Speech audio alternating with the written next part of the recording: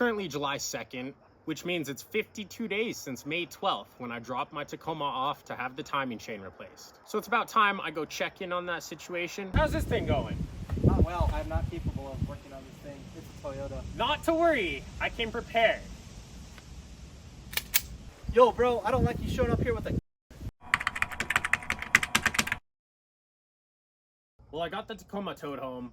Obviously, Chris and I are great friends, so that was all a joke. He actually felt terrible he didn't have time to do it, and he said he would do it today, but I already started filming the video, so I'm doing it. It's currently 7 p.m. I just drained coolant out of this thing. And it's the perfect temperature. It's been so hot, I refuse to work during the day. I pretty much wait till after 5 and work from 6 to 11 p.m. I'm gonna go ahead and dive into this. 1GR, we meet again. I've done head gaskets on one of these in the car. Honestly, it wasn't as bad as you would think. I'd do it again. Luckily, I don't have to go that far. So I'm gonna start with the intake and some wiring, get this battery out of here, and dive into the front accessories, fan, shroud, serpentine and idler pulleys, all self-explanatory stuff. Gotta get everything on the timing cover off, then I can do valve covers and then pull the front cover.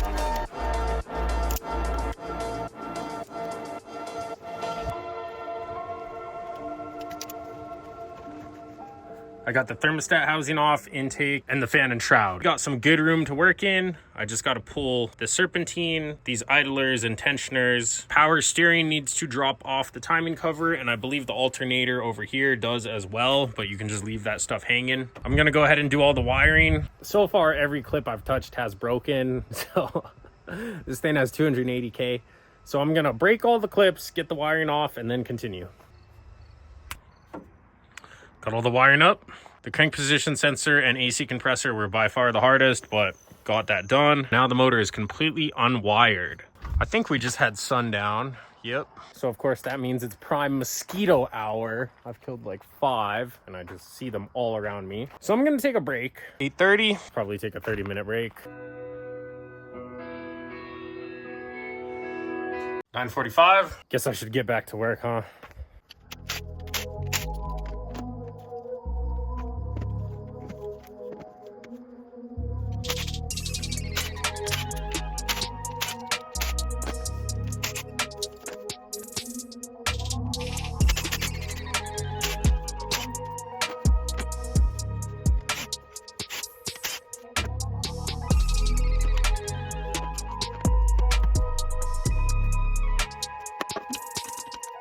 That was pretty lucky.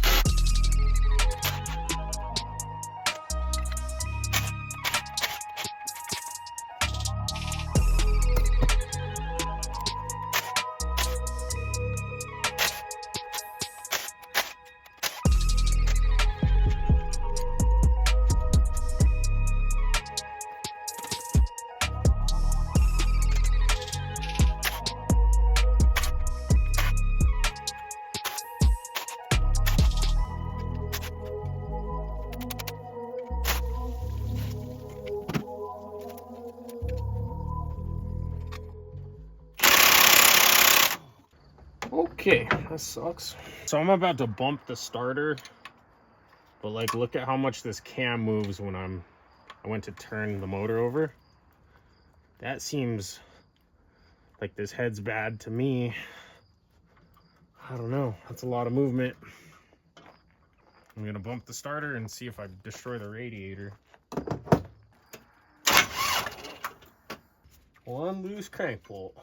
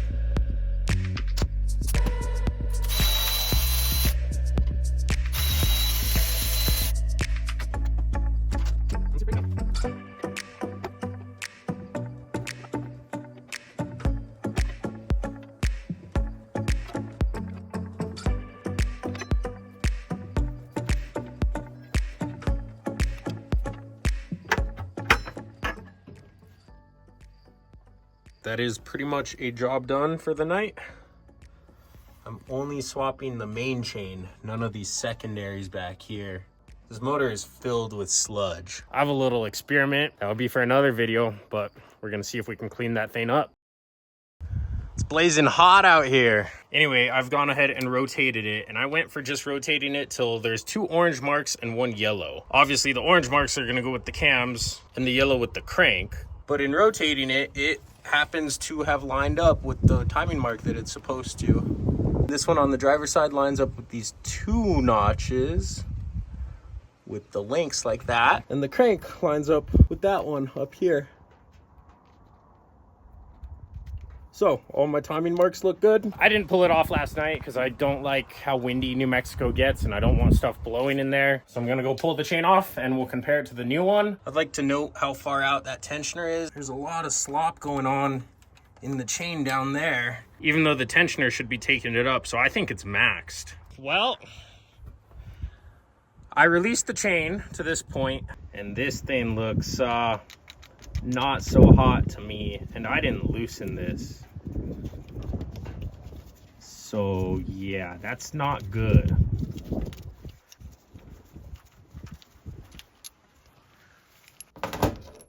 This thing's definitely been running with that loose, and that is probably the issue. This is nice and wallered out, so this is junk. Right there, fade my chances of chain slapping it with the main chain. I need a whole timing chain kit, which most people would have done. I thought I was gonna get lucky and put the main chain on it. If that thing had fallen out, it would have bent valves. So that explains why it looked like the chain was so stretched. On the bright side, that does mean a timing chain kit should fix this. Based on the amount I saw the camshaft moving up and down, curiosity got the best of me, and that's bad. This has clearly run with no oil pressure. I've never seen one of these idlers go bad, so I was thinking it probably got oil starved due to sludge, so I decided to pop this off and check. The passenger head is definitely junk. I'm gonna see if I can source heads or a motor and go from there. We'll see you guys next time, and I'm gonna get some stuff running, not just take it apart. The highlight of this whole ordeal for me is this is the head gasket for the skid steer that I've had to order twice since it got lost coming from the UK. And I've been waiting 2 months for it. Skid steer and Tacoma will be fixed very soon. Everybody have a safe 4th of July.